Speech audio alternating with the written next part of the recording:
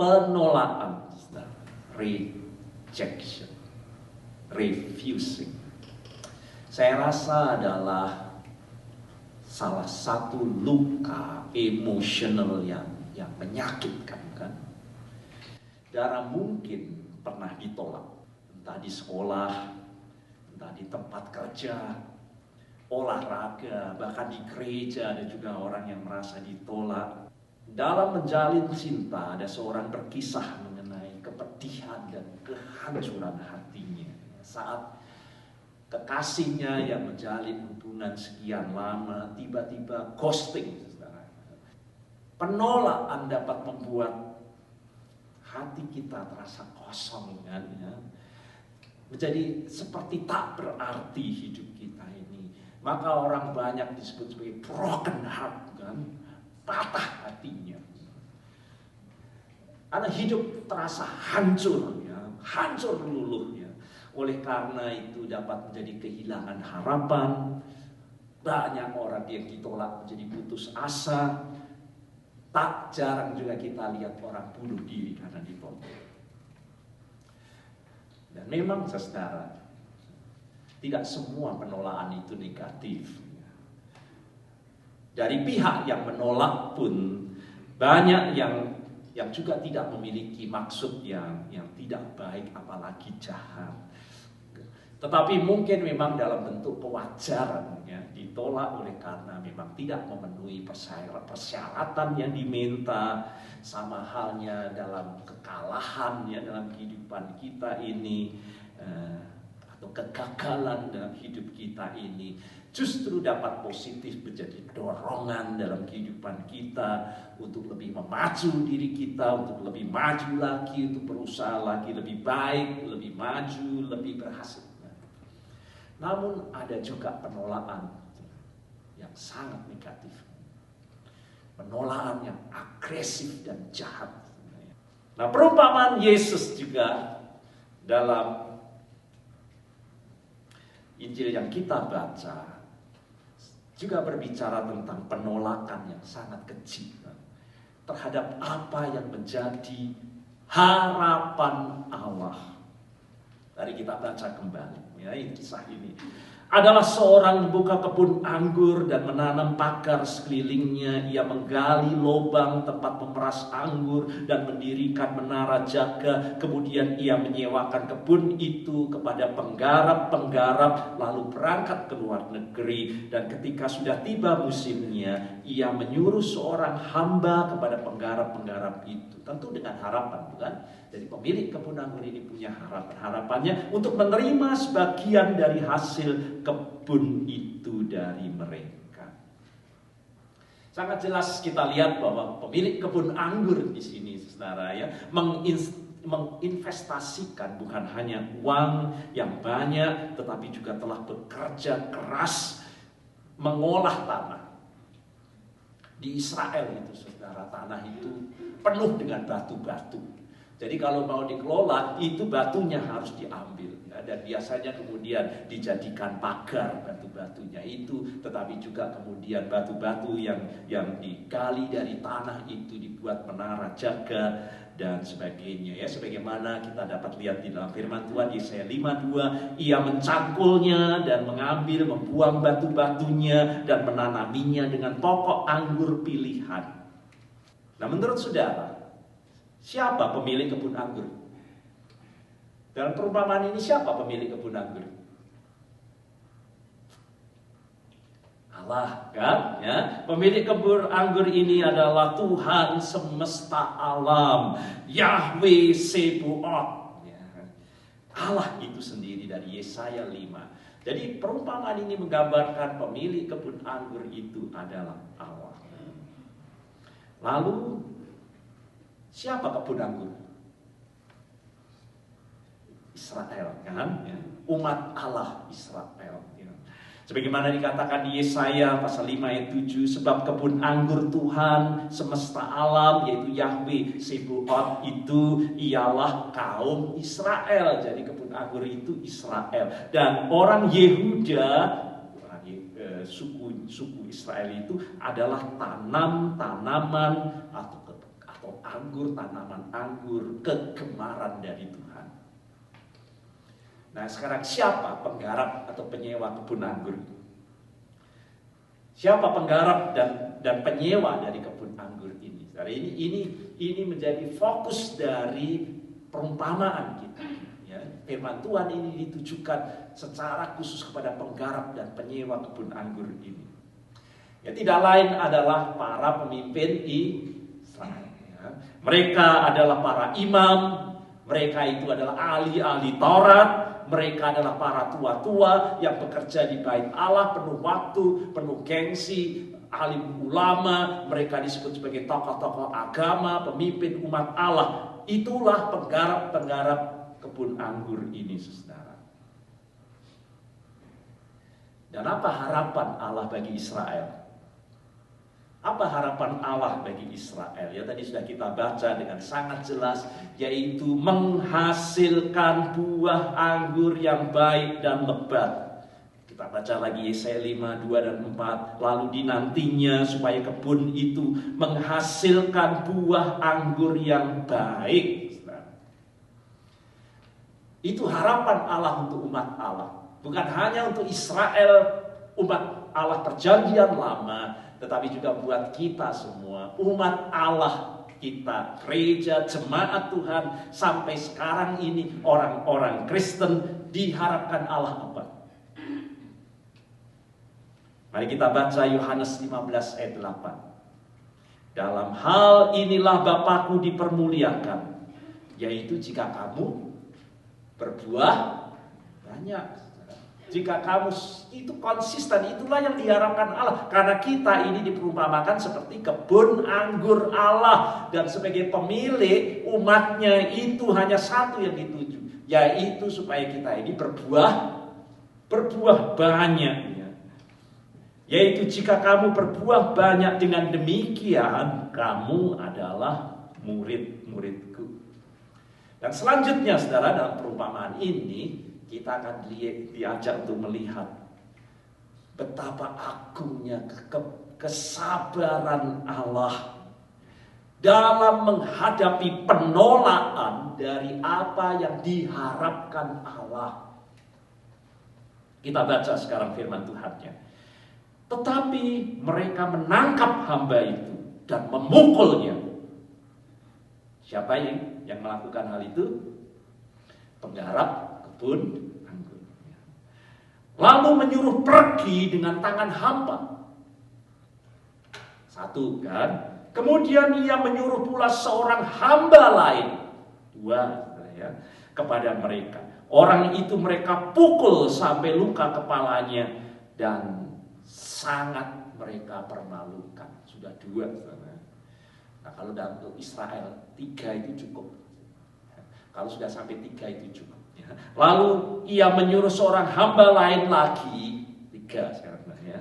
Dan orang itu malah mereka bunuh. Dan banyak lagi yang lain. Jadi bukan hanya 3, saudara. Lalu ada yang ke-4 kali, ada yang ke-5 kali, ada yang ke-10 kali, ada yang 20 kali, lalu juga 50 kali, 100 kali dan lebih daripada itu. Dan banyak yang lain, ada yang mereka pukul dan ada yang mereka bunuh. Siapa itu? Siapa hamba-hamba ini? Sudah siapa hamba-hamba ini? Siapa hamba dari pelayan pemilik kebun anggur ini? Tidak lain adalah hamba-hamba Allah, nabi yang diutus Allah ke Israel di sepanjang sejarah. Saya hanya ambil 2 ayat, saudara, untuk kita dapat melihat sebagaimana disaksikan di Ibrani 11 ya, ayat 36 sampai dengan 38. Ada pula yang diejek dan didera, bahkan yang dibelenggu dan dipenjarakan, mereka dilempari, digergaji, dibunuh dengan pedang. Mereka menggembara dengan berpakaian kulit domba dan kulit kambing sambil menderita kekurangan, kesesakan dan siksaan.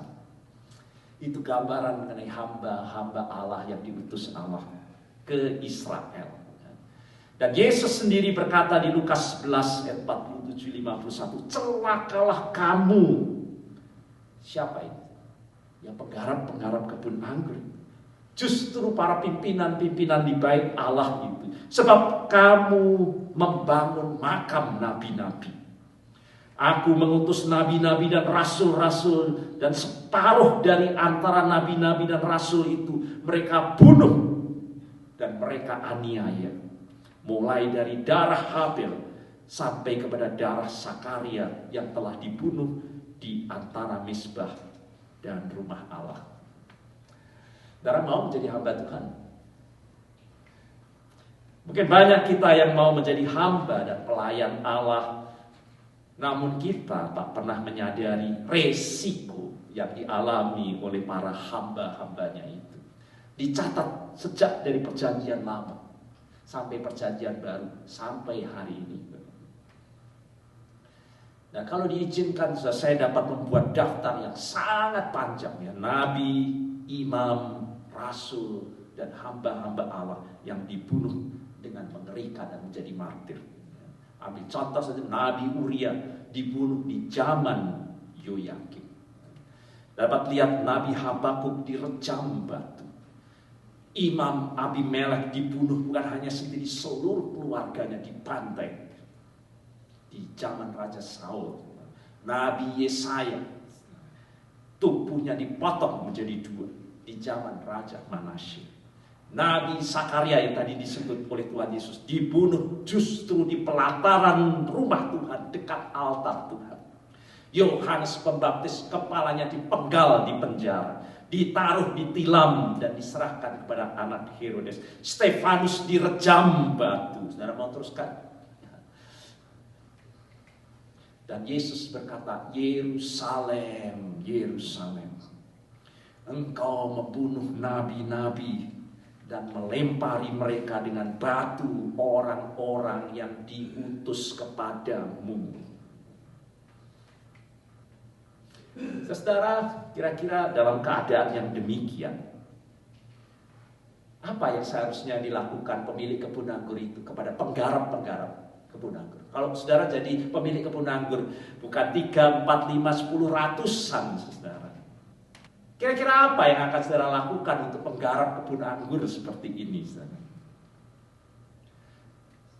Saya pikir saudara, tentu pemilik kebun anggur ini tiba saatnya untuk mengirim pasukan budak bersenjata untuk menegakkan haknya dan menghukum para penyewa jahat, agresif dan kejam ini.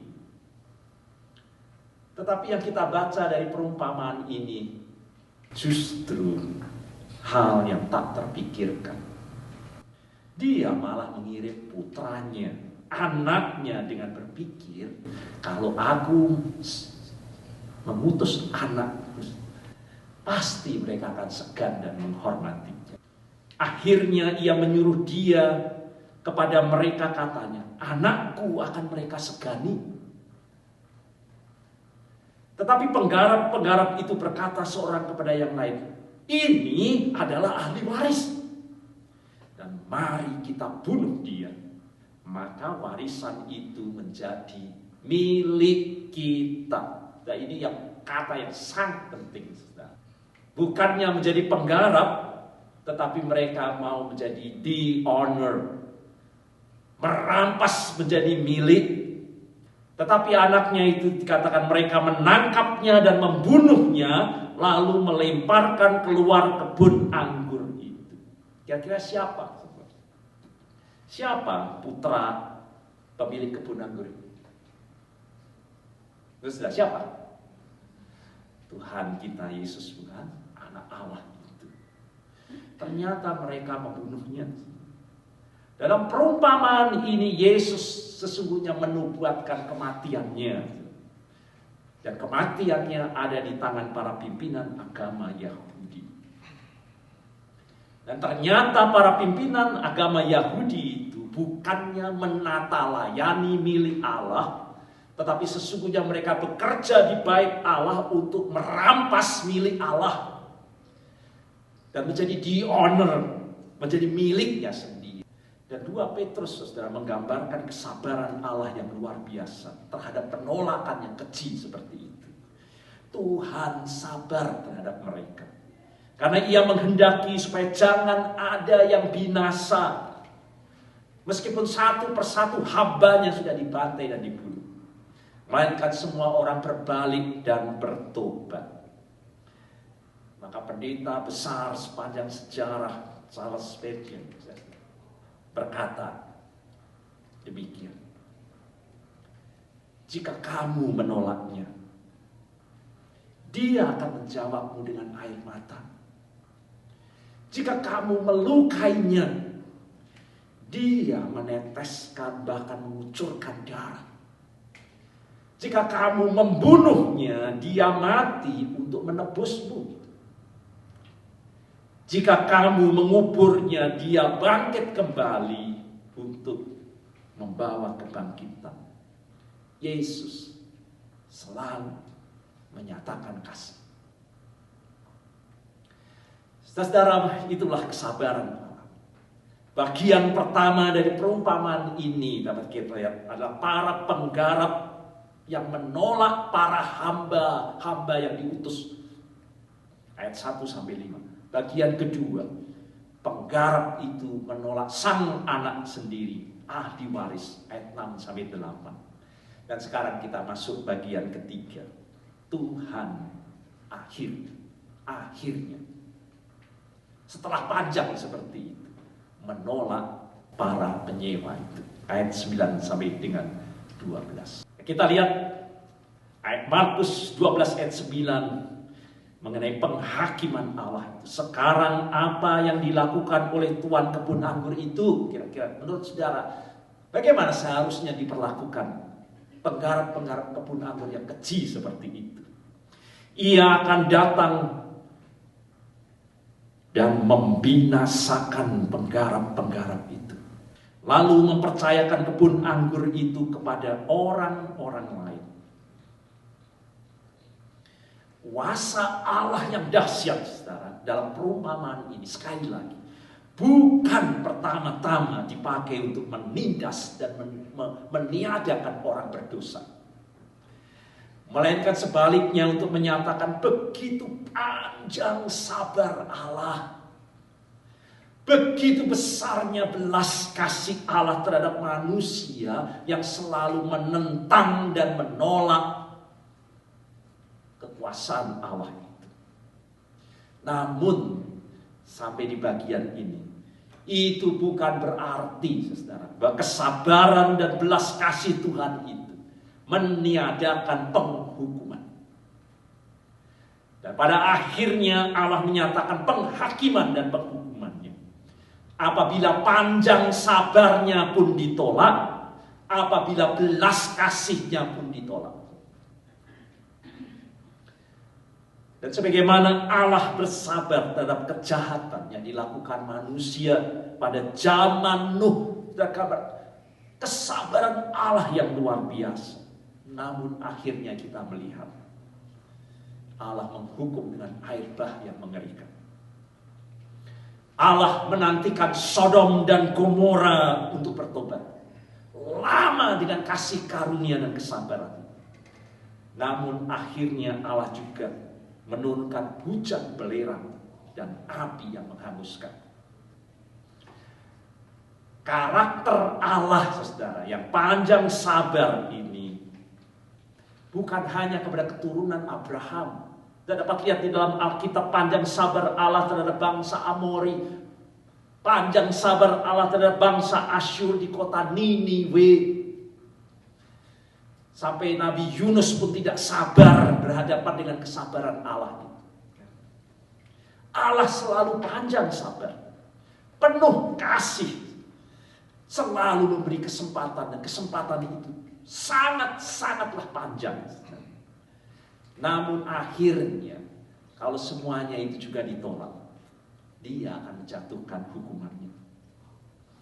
Itu sebabnya kepada kita pun diberikan peringatan. Hampir seluruh Matius pasal 25 berbicara mengenai perumpamaan penghakiman Allah pada akhirnya. Namun saudara, perumpamaan kita ditutup dengan kemenangan Allah. Kita baca firman Tuhan di ayat 10-12. Tidak pernahkah kamu membaca nas ini? Batu yang dibuang oleh tukang-tukang bangunan itu berbicara mengenai anak yang dibunuh itu telah menjadi batu penjuru. Hal ini terjadi dari pihak Tuhan. Suatu perbuatan ajaib di mata kita. Kristus yang mati itu, Kristus yang digambarkan sebagai batu yang ditolak, yang dibuang oleh Israel, tetapi kini telah menjadi batu penjuru dari umat Allah. Batu penjuru, cornerstone, batu fondasi, batu setting. Apa artinya itu, sahabat? Batu penjuru. Dalam bangunan kuno itu, batu penjuru itu batu pertama yang diletakkan dan menjadi batu yang paling penting untuk menjadi fondasi yang akan menentukan semua struktur bangunan itu. Kemana bangunan itu. Batu penjuru yang menjadi poin referensi untuk semua batu yang lain harus melihat batu penjuru itu. Yang batu yang lain yang akan diletakkan itu. Semua batu lainnya yang dipasang harus mengacu kepada batu itu. Sehingga menentukan seluruh struktur dari bangunan itu. Dan melalui perumpamaan ini, saudara, Yesus menegaskan bahwa para pemimpin agama Yahudi, meskipun mereka bekerja menjadi pemimpin umat Allah, mereka telah membangun sebuah sistem keagamaan yang sama. Maka batu yang fondasial ini, yang memberikan arah pembangunan rohani untuk umat Allah, telah beralih kepada Kristus.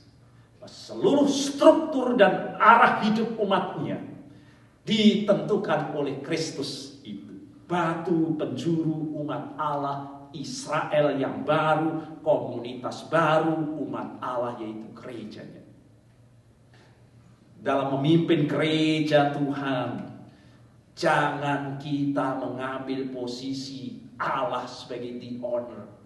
Segala kemuliaan dan kebesaran hanya bagi Tuhan. Ini peringatan buat pendeta.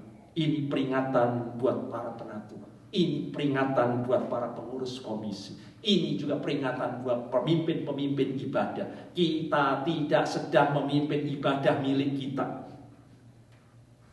Dan mengkorupsi ibadah menjadi milik kita dan semau kita. Ini juga ditujukan kepada para orang tua terhadap anak-anaknya. Agar kita semua tidak menolak apa yang menjadi harapan Allah. Apa yang menjadi ekspektasi harapan Allah sebagai pemilik dari orang-orang yang dipercaya untuk menjadi pemimpin-pemimpin. Dan mari kita sadari dalam kehidupan kita ini, saudara. Dalam banyak hal kita dapat menolak Allah. Dalam banyak hal. Dalam cara apa, saudara, kita menolak Allah. Kita sedang menolak keselamatan dari Allah. Kita menolak juru selamat dalam kehidupan kita. Mungkin kita sedang menolak bukan hanya dia Tuhan, juru selamat, tetapi juga menolak ketuhanannya. Ketuhanan dari Allah. Kita mungkin juga menolak kekudusan Allah dalam kehidupan kita. Kita mungkin juga sedang menolak rencana Allah dalam hidup kita, panggilan Allah dalam hidup kita. Mungkin kita juga sedang menolak otoritas Allah dalam hidup kita. Mungkin kita juga sedang menolak firman Allah buat kita. Mungkin kita juga sedang menolak harapan Allah agar kita ini berbuah banyak. Mungkin kita juga sedang menolak bahwa Allah memanggil kita untuk mengkuduskan hari perhentian Sabat Tuhan. Mungkin kita juga sedang menolak umat Allah karena Tuhan memanggil kita untuk bersekutu, menjalin hubungan satu dengan yang lain dari umatnya. Dan mari kita lihat dalam kehidupan kita. Mari kita menyadari bahwa Tuhan pemilik kebun anggur memiliki pengharapan kepada kita sebagai tanaman kebun anggur milik kepunyaannya dan kesukaannya.